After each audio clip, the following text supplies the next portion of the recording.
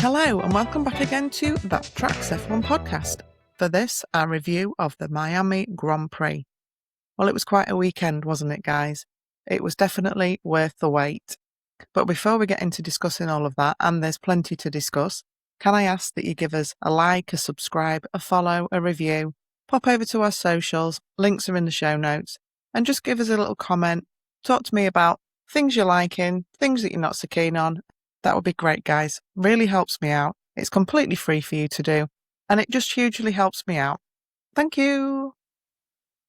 Before we get into all of the excitement of the weekend, I do have to start with something that's maybe not quite so cheerful in some ways, and that is to pay my respects to Alex Zanardi.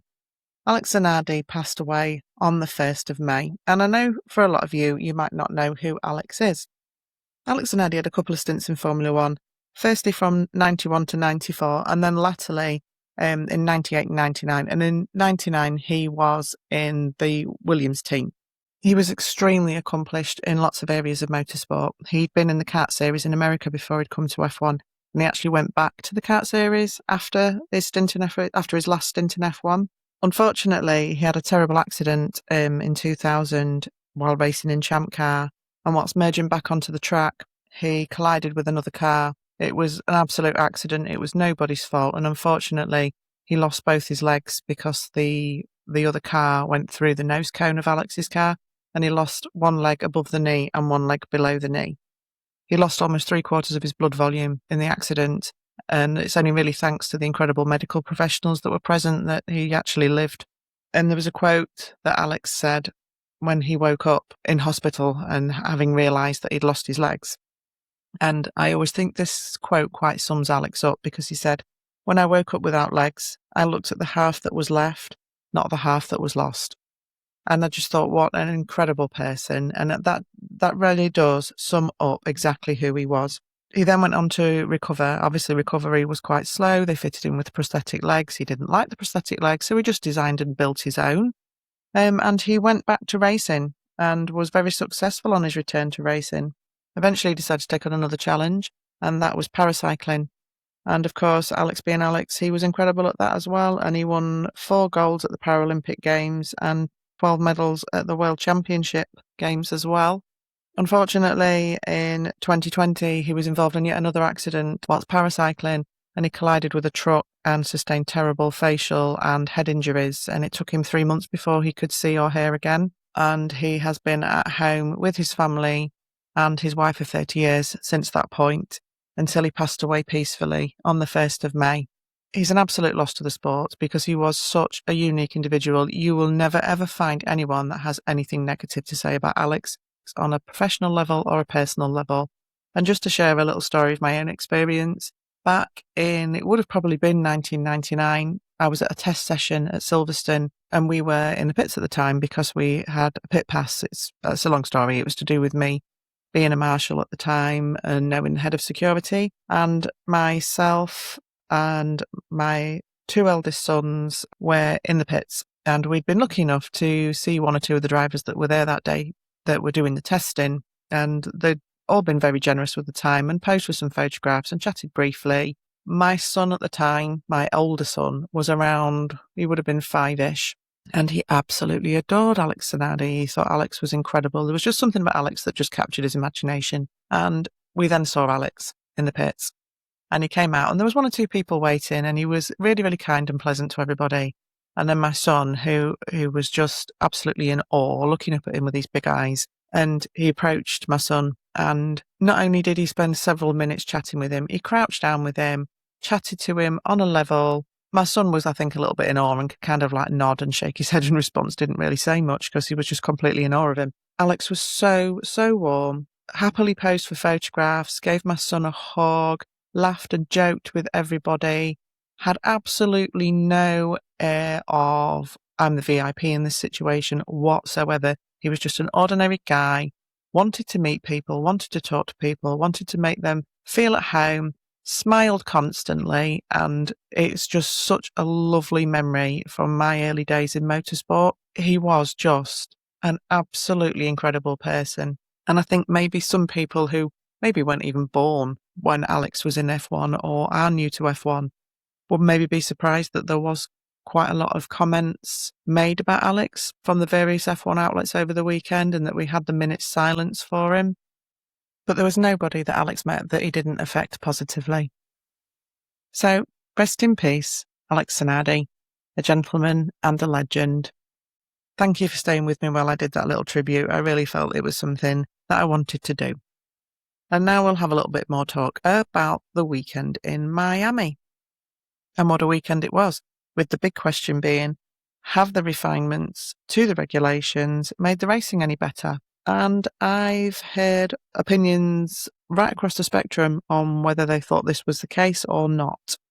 I'm not 100% sure yet. I am not completely sold on whether this is taking it in the right direction, and I don't really want to get carried away with this was quite an exciting weekend of racing. It was enjoyable to watch, because it absolutely was. But I think we need to keep in mind that Miami's not really a representative track when it comes to how the regulations affect the racing. And I say this because the layout of the Miami circuit means that there's lots of places to recharge the battery, and this makes the regulations look good. This makes these tweaks to the regulations look like they're potentially more effective than they actually have been.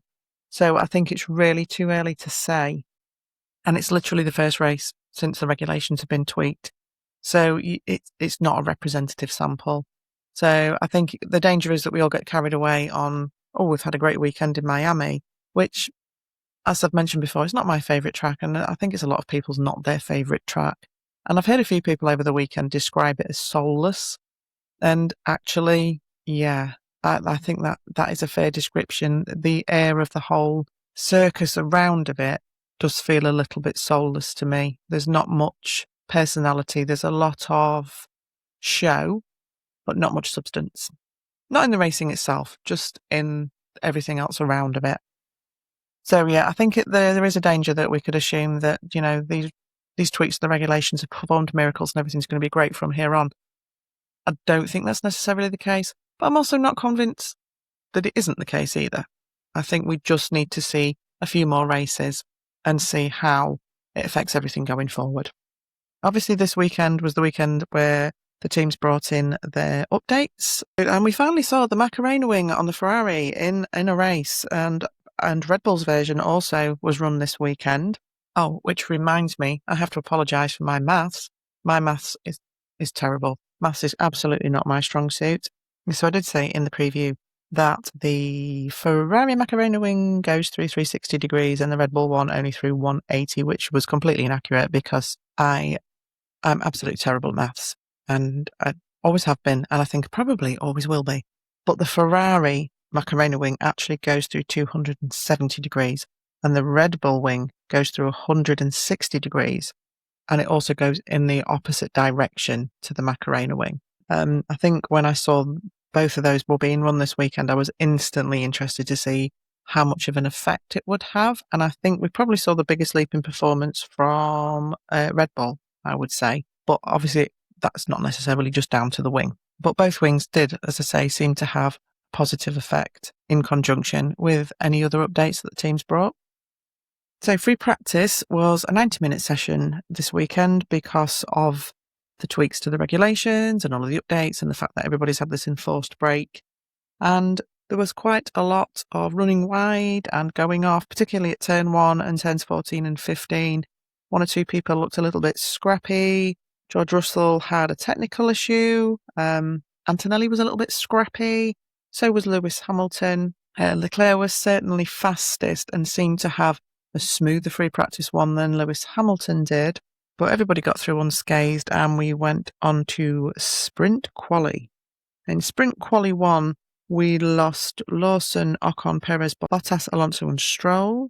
We then went on to lose Bortoleto, Hulkenberg, Behrman, Albon, Sainz and Lindblad in sprint quali 2. I don't know if you caught it. It was Carlos Sainz was on the radio to the team, and he actually did have a little bit of a rant about the way things were going at Williams. He was very unhappy. He felt that progress should have been made from the 90-minute free practice they had, and he said, and here I am at you, still basically running with the same problems. And I think he's perfectly justified in everything he had to say.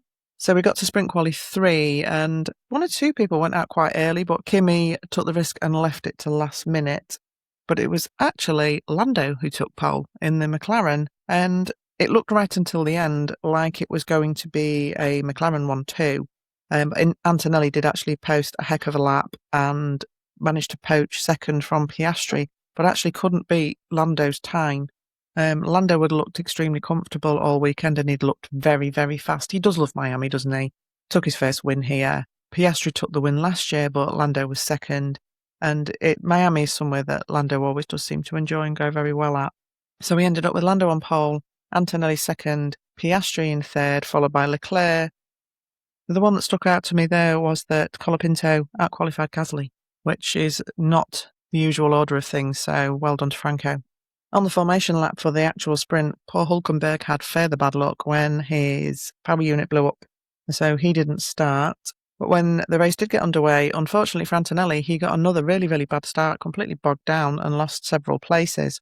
And Lando held the lead, with Piastri coming through to take the second place and Leclerc to take the third place. Antonelli slotted into the fourth place by the end of lap 1, with Hamilton and Verstappen banging wheels. And then it became a three-way battle when Colapinto briefly came to join the party and realised that quite quickly that no, thank you very much, I'm going to let you two sort that one out.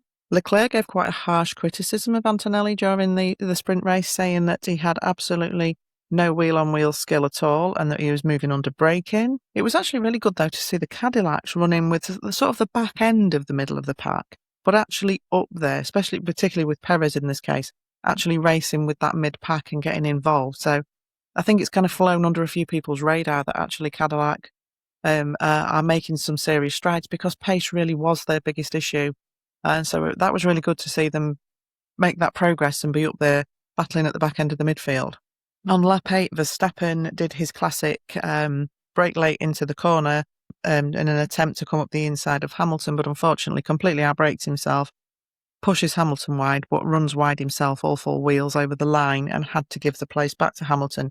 But he did eventually get past Hamilton anyway. So at the end of the sprint, initially it finished Norris, Piastri, Leclerc, Antonelli, Russell, Verstappen, but unfortunately for Kimi, he got 10-second penalty for repeated track limit violations, which meant that George Russell finished 4th, Max Verstappen finished 5th, and Antonelli finished down in 6th. Overall, the sprint was an enjoyable watch. It was not the most amazing, lively sprint with lots and lots going on. It was absolutely great to see that it was actually a McLaren 1-2, because up to now, nobody has out-qualified a Mercedes in a race or a sprint, and nobody has beaten Mercedes in a race or a sprint. So absolutely, hats off to you, Lando Norris.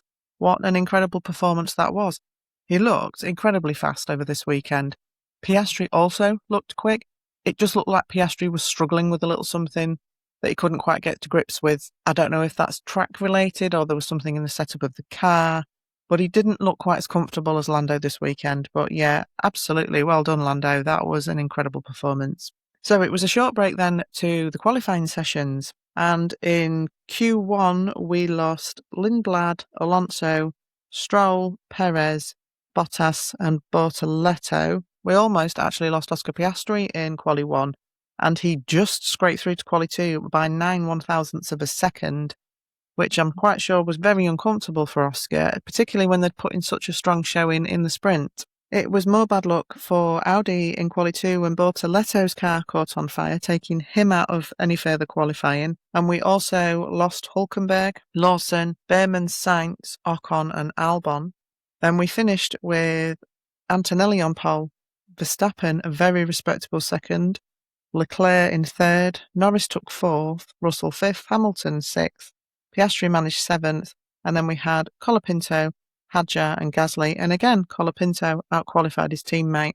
But yes, for me, the biggest question was, how could the McLarens be so strong in sprint quali and sprint, and just really just not seem to be able to string it quite together in feature race quali? It was a little bit of a mystery, and I think from Lando's radio, even he asked the question of like, where's it gone? Where is the pace gone? So yes, that was our starting grid. Antonelli taking a third pole on the bounce. So when race day dawned, I think we were all curious to see whether Antonelli would get a good start because we didn't really want to see a repeat performance of what happened in the sprint where he went backwards at a rate of knots. And when the lights went out, he got away. He got away to a good start, so that was a big relief. But it was absolute chaos in that opening lap, wasn't it? I struggled to keep up at first. I couldn't wait for the replay to see who had gone where and how it all happened and in what order. And it seemed to be ages before we got a replay of that start. But there was certainly so much going on that there really wasn't an opportunity for the start to be replayed for a while. As I say, Kimi got a good start, but it was Charles Leclerc who came storming through to take the lead. Verstappen was distracted trying to close off Norris from coming through. Piastri went up 3 places at the start. And then it was all happening. And by corner 2, Verstappen had spun round through a full 360 degrees. Yes, I've got my degrees right this time, even though maths is not my strong suit. All the way around for Verstappen, who did really, really well. A, not to get collected by somebody else. B, to avoid collecting somebody else. And C, just to be able to keep going. I mean, obviously it scrubbed off a lot of speed and he went backwards through the pack very, very quickly, much to his frustration. But that situation could have ended up a lot worse. So while this is happening, while Verstappen's spinning round through his 360, Antonelli's running wide, Hamilton's running wide, but it comes out as Leclerc in the lead, Antonelli second, Norris is third, and this is by the third corner. Piastri's up to fourth, Russell is fifth, Colapinto comes through to challenge Hamilton. They actually end up touching, and Paul Lewis ends up carrying that damage to his front wing right the way through the race, unfortunately. Max, in the meantime, has been swallowed by the middle pack, but is gradually picking them off and working his way through them very, very aggressively, to the point where Sainz comments on the way that he is carving through. And I do think he did have a valid point. Max is not as used to fighting his way through that middle pack. Yes, we've seen him come from the back of the grid a few times and come right the way through the pack and go on to take the win. But this is different regulations. This is a different Red Bull he's driving. And I think Sainz felt that he very much clattered his way through the pack quite aggressively. And at the end of lap 1, Verstappen had contact with 4 different cars, which is definitely not ideal. I did notice as well on lap 2, I don't know if it was picked up by the commentary particularly, whether it was particularly discussed, I don't remember it being, but that it appeared that Lawson let Max through. Now, there could be any one of a number of reasons for this, but again, it raises that question, doesn't it, of with Lawson being in a racing bull, in a V-Carb, the sister team to Red Bull, did he move over and let Max through? And again, we're opening up that can of worms, aren't we? And opinions vary, don't they, about this kind of thing with the Racing Bull team? Because at the end of the day, Racing Bulls aren't actually a team that are there to try and win the championship. They are a sister team to Red Bull. And my personal opinion is, and I know there are those that agree with me, and there are those who don't, that I don't think that should be something that exists. I know it would be very difficult to police and very difficult to keep on top of, but I do not think that Racing Bull drivers should be putting their weight behind doing favours for or letting through Red Bull drivers during a race, because nobody else on the grid has that advantage, and I feel it's unfair that Red Bull do. On this occasion, I don't know if Liam moved over for Max or made it easy for Max to get through. Nothing's really been said about that for me to know what happened there, and there was so much going on, it was very difficult to see. But yeah, I do agree with a lot of people's opinion that Racing Bulls should not be doing favours for Red Bull. By lap 5, Lando is sitting nicely in third with Leclerc and Antonelli kind of trading blows up at the front. And Will Joseph, Lando's race engineer, offered the advice that if he just sat tight and let those two yo-yo, that an opportunity would come his way. And not long after that, poor Isaac Hadjar went straight into the wall and brought out initially a VSC, a virtual safety car. As you can see by the footage, I mean, Hadjar does wear his heart on his sleeve. He is very hot-headed, very feisty, very, very hard on himself. And he really, you could see he was clearly very, very upset with himself over what had happened. I know 1 or 2 people are talking about the Red Bull second driver curse again. And I do think that Hadjar up to now has reasonably kept pace with Max in that car, but there was very, very much a divide between the two drivers this weekend. Max was far outpacing Hadjar. Hadjar has had an awful lot of bad luck this weekend, granted, but I think this is definitely a weekend to forget for Isaac. I think he'll just be looking forward to Canada now and hoping for better days. While this happened, Liam Lawson had a problem with his gearbox that caused him to clip Pierre Gasly. And it was quite spectacular to look at. Fortunately, it was reasonably slow speed because he sent Gasly up into the air through a full roll, and Gasly landed with one rear tyre up on the tyre wall. So that was the end of Gasly's weekend. Again, he'd really not had a great weekend. He'd never really looked comfortable. Out-qualified by Colapinto in both sprint quali and in main quali. He just really had a very, very off weekend. So I think he's another one that'll be looking to forget this weekend and will be looking forward to what he can achieve in Canada. This, of course, brings out a full safety car. Under the safety car, Verstappen decides to go and pit onto the hard tyres. Once the safety car goes in and we're racing again, there's a good fight between Russell and Piastri. Antonelli takes second from Leclerc. Throughout the race, there was lots and lots of talk from all of the teams about the rain that was coming and which lap it was going to arrive at. And obviously the race had already been brought forward 3 hours due to the risk of the lightning storms that were imminent. So I think we were all waiting for this rain to fall. F2 had been a wet race. I think a lot of us thought that this rain that was coming was going to mix things up. And in the end, it was a few sprinklings of a few drops of rain, and it really amounted to nothing very much. But there was more talk about the rain than there actually was rain. It never really materialised. Leclerc pitted on lap 22 and questioned immediately why. Piastri and Russell continue to scrap, and on lap 35, Piastri does get past Russell, but Russell immediately retakes it. But during this stage of pit stops as well, Antonelli comes in first and Lando Norris comes in a lap later. Antonelli's pit stop was exceptionally fast. I think it was 2.2 and I believe Lando's was something like 2.8, which was not ideal because Mercedes basically performed the perfect undercut on McLaren, and it meant that Antonelli went on to take the win with Lando second. And I think from the radio, Lando seemed to be quite frustrated with what had happened with the undercut and was asking the question on the radio, like, how did we not win this? And I do think had the pit strategy been different, I think there was every chance that Norris could have won it. But certainly taking nothing away from Kimi Antonelli, who drove an absolutely perfect race. I know I have voiced concerns about how consistent Antonelli can be because he's shown inconsistency in the past. And I do still have it a little bit at the back of my mind that once we get to the European races, will we see a dip in performance from Antonelli again? He's definitely getting on top of this issue he has with his starts. He's still a little inconsistent with the starts, but really, he took full control of this race and drove incredibly well. Yes, he's got the best car on the grid, but Mercedes don't look unbeatable anymore. They don't look like the rocket ship that's disappearing off into the distance anymore. Partly, yes, McLaren brought upgrades this weekend and updates, and Mercedes really haven't, so that has closed the gap somewhat, but they look fallible now, Mercedes.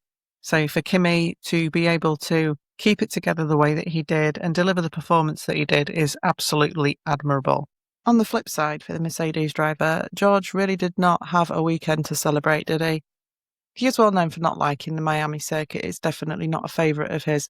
He historically doesn't go particularly well here, but I had a feeling he might turn it around this year. As he's challenging for the championship and Kimi's had 2 wins on the bounce, it really was imperative that George got a little bit of a hold back on the championship, so I did expect him to come out all guns blazing, looking to get a really good result this weekend. Nothing seemed to come together for him. He does really seem to be on a bit of a run of poor luck. Having said that, Canada is one of his favourites. Canada, he always goes well at. He won there last year. So I would imagine he's going to want to put this weekend behind him and really concentrate on Canada, because this could be very, very crucial for his championship.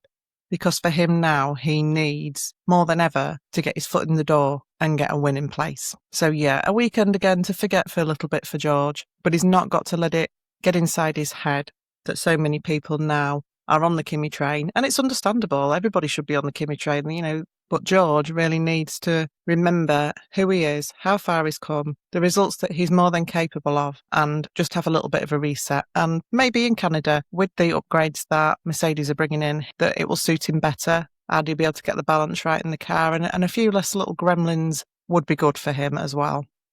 Just going to have a quick word about Ferrari, as I was quite worried in the build-up to Miami about this huge upgrade package that Ferrari were bringing, that they were saying it's practically a brand new car. And as I stressed in the Miami preview, Ferrari are a little bit renowned for taking a perfectly good car, trying to improve on it, and basically trying to fix what's not broken.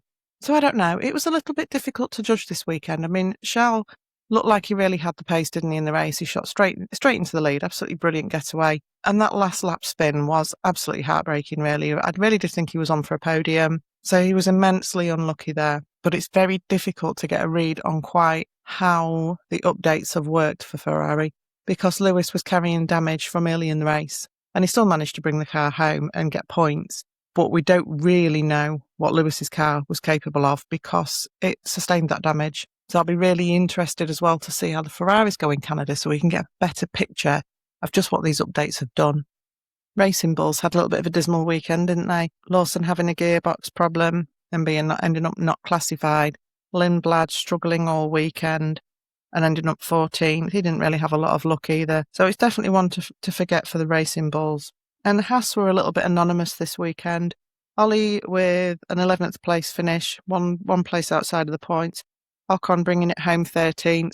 Didn't really see or hear a lot from the Haas boys this weekend. It really was quite an anonymous race for them, quite an anonymous weekend. Perhaps a track that doesn't suit them quite so well. Maybe the upgrade package is not going quite according to plan. Again, we'll have to see what happens in Canada. Good to see the Aston Martins both finishing the race. Yes, they're at the back, but they're not completely at the back, with Alonso in 15th and Lance Stroll in 17th. It's obviously progress that now they can get through a full race distance without the driver getting shaken to pieces. And yeah, that's a really low bar, but the more they can run, the more laps they can do, the more races they can complete, the more data they can generate. So I think really we're just going to have to stick with Aston Martin as they are for now and see what happens after summer break. And now it's crunch time. Let's look at my predictions. Starting with sprint quali. I predicted for sprint quali that Piastri would take pole, and he didn't. I felt very strongly that the McLarens would go really well this weekend. And I think based on last time out, I kind of thought it was maybe going to be Piastri's weekend. He went really well at Miami last year. So on balance, even though I think the McLaren boys are very evenly matched, kind of picked Piastri for a lot of things here. So sprint quali pole I said was Piastri and it was Norris. I did get second right, and I said it would be Antonelli and it was. Third in sprint quali I said would be Russell and it was Piastri. Fourth is where I had Norris and it was Leclerc. And fifth is where I had Leclerc and it was Verstappen. So one correct and kind of a little bit on the money when it came to the McLarens. Sprint time, again, I predicted Piastri for the sprint win, and it was Norris. So again, with the wrong McLaren boy. In second, I predicted Russell, and it was Antonelli, so wrong Mercedes boy. In third, I predicted Norris, and it was Piastri, so again, wrong McLaren boy. In fourth, I did get that right. I predicted Leclerc, and it was indeed Leclerc. And in fifth, I predicted Antonelli, which actually is kind of interesting because I also said that I predicted it would be Antonelli in fifth because he would lose about 3 places from the start. And I did actually get that right because he did qualify second and end up fifth. So I'm giving myself kind of a little half a point for that one. But yeah, I predicted Antonelli in fifth, and it was in fact Verstappen, who actually hadn't featured on my radar for top 5 in anything this weekend because I didn't really see the Red Bull making such big strides. So when it comes to race quali, I predicted Russell for pole, and it was Antonelli. I predicted Piastri in second, and it was Verstappen. I predicted Norris in third, and it was Leclerc. I predicted Leclerc to be fourth, and it was Norris, so I got those two the wrong way around. And I predicted Hamilton for fifth, and it was Russell, so not very good guesses when it came to race quali. Now, race day, I did say I am going out on a limb here, and I said that I was going to bang the drum for McLaren this weekend, so I predicted Norris to win the race, which I would argue he very, very nearly did. But it was an Antonelli victory, as we know. I predicted Piastri to be in second, and it was Norris, so wrong McLaren boy again. And I predicted Russell for third, and it was Piastri. I predicted Leclerc for fourth, and it was Russell, and Antonelli for fifth, and it was Verstappen. So a bit of a mixed bag, although I'm going to get to the bit now that I'm really quite pleased with myself about, which my family have heard no end of this weekend, of how proud of myself I am for calling this one right. When it came to my hit the mark, if you remember rightly, I was quite divided, and I said that I was going to go for McLaren to really hit the mark this weekend because I couldn't cheerlead them all the way through my other predictions and say how well I thought they were going to do and then not pick them for hit the mark, but that I also felt that Williams were going to make huge strides forward this weekend. Now, I didn't actually think I was going to get the Williams half of my prediction initially over the weekend because, as we know, Carlos was complaining about the car. Nothing was really looking any better. It was a little bit messy and a little bit scrappy. But McLaren absolutely did me proud with my hit the mark because nobody can argue that they didn't hit the mark this weekend because they did brilliantly. And Williams brought home both cars in the points, but not in 9th and 10th. So I'm absolutely going to talk about this one with pride for quite a while because I completely predicted something completely right.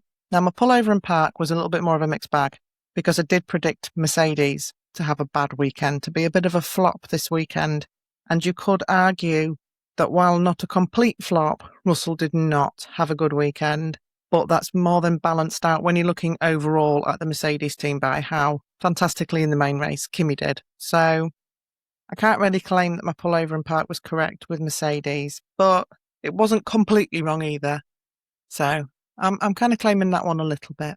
So a much better week for me with my predictions this time. I mean, I did have to get something right eventually, didn't I? I'm a little bit annoyed that I think I would have done even better with my predictions if I hadn't have got the McLaren boys the wrong way round. But I did say when I was making my predictions that this could go either way. It could be Norris, it could be Piastri, because they are so evenly matched. So comfort myself with that one a little bit. So to round things off on a bit of a positive, I want to do a flattering ram. And as you know, or maybe you don't if you've not listened before, a flattering ram is my little award every race weekend for a team or a driver or a something or a someone that just catches my eye for either doing something very kind, being very pleasant, really achieving something more than was expected of them, or just being decent. So this week's flattering ram is going to go to Kimi Antonelli, which may not surprise many of you really because he is doing so well at the minute. And it's for two reasons really. His weekend, like we said, was a little bit scrappy. He didn't do awfully well at the start in the sprint, and it was a little bit of a case of, oh dear, Kimi's had another bad start. And I did think, how is this going to go over the weekend? But he absolutely bounced back from that. And it's so impressive for such a young racer to get the 3 poles on the bounce and actually convert that into 3 wins. And I do believe, and I'm sure one of you will tell me if I'm wrong, but I'm almost certain that Kimi is the only F1 driver whose first 3 poles were consecutive poles and all 3 of the poles were converted into wins. So if that is the case, and I do think it is because I can't find anything to say that it's not, then that is an amazing achievement. You've got to remember this man is 19 years old. He's still a teenager. He's done 1 year in Formula One. And I'll be the first to admit that I was amongst the doubters. I did think that maybe Toto had pushed him forward too early, but he's certainly holding his own. And I do think that was quite a convincing win at the weekend. Yes and no, had the pit stops gone another way, he might not have been so lucky. But he held his nerve. He'd had a bad start in the sprint, and he held his nerve to get a great start in the race. And there was an awful lot going on. He kept his head, he drove cleanly, so well done to Kimi. And the other reason why I think he deserves the flattering ram is that he dedicated his win to Alex Zanardi, so that was definitely going to pull on my heartstrings anyway. But they were both born in Bologna in Italy. So for him to show that respect, I thought was a really, really lovely gesture. So yeah, this week's flattering ram goes to Kimi Antonelli. So that is it. That is my roundup of the Miami Grand Prix weekend. I think overall it was a very entertaining weekend. As I say, the jury's still out on the tweaks to the regulations. Quite how that's going to pan out at other tracks, I'm not sure. But to say that Miami is not really ever particularly a favourite of mine, I have to say, on balance, I did enjoy the weekend. There was lots to enjoy. So now we're going to turn our attention to Canada and see what unfolds there. And I think, again, it's going to be very interesting. Different kind of track, somewhere that George Russell goes particularly well. The Mercedes will be bringing their updates. I do believe McLaren have got more updates to bring as well. I know that Racing Bulls have updates to bring. So there's lots to look forward to when Canada rolls around in a couple of weeks' time. As for me, I'll be back in the interim between now and the Canadian Grand Prix. I'll be doing an extra episode. And then just before the Canadian Grand Prix on the Thursday, as the Grand Prix weekend starts, I will be doing my preview episode. And I'd love for you to join me. So I'm going to sign off for now. Have a wonderful, wonderful week, and I will catch you soon. In the meantime, don't forget the cheesy tagline. That Tracks F1 podcast. Track the action. Join the fun.